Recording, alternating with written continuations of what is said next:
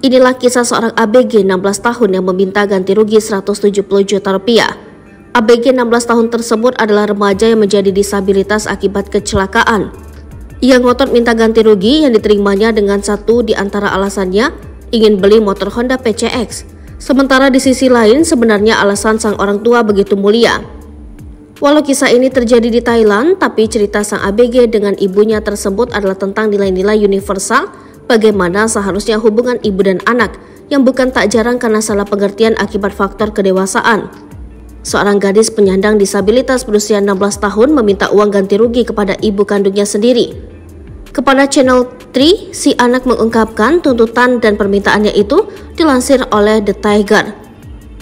Anak meminta ibunya untuk mengembalikan uang sebesar 400.000 baht atau sekira 170 juta rupiah. Uang itu adalah uang kompensasi yang harus diterima anak setelah kecelakaan sepeda motor. Anak curhat kepada Channel 3 jika dia kehilangan kaki kanannya dalam kecelakaan fatal itu.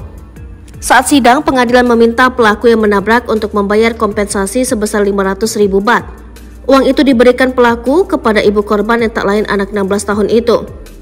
Tak lama setelah kejadian itu, ibu dan ayah si anak memutuskan untuk bercerai. Perceraiannya ini membuat kondisi anak menjadi menggantung. Si anak tidak ikut ayah atau ibunya, dia hidup dan diasuh oleh bibinya. Remaja 16 tahun yang kini penyandang disabilitas ini menjelaskan jika ibunya masih menyimpan uang 400.000 baht. Dulu ibu hanya memberikan 100.000 baht ke anaknya. Anak menghabiskan seluruh anggarannya untuk biaya sekolah dan membeli sepeda motor baru untuk mobilitas sehari-hari.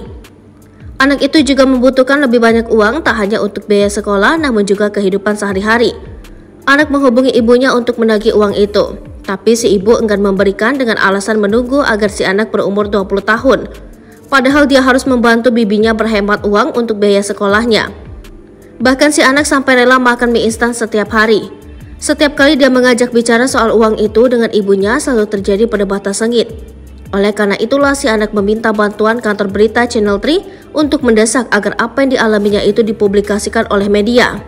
Ini bukanlah pertama remaja penyandang disabilitas mendatangi kantor berita untuk meminta bantuan.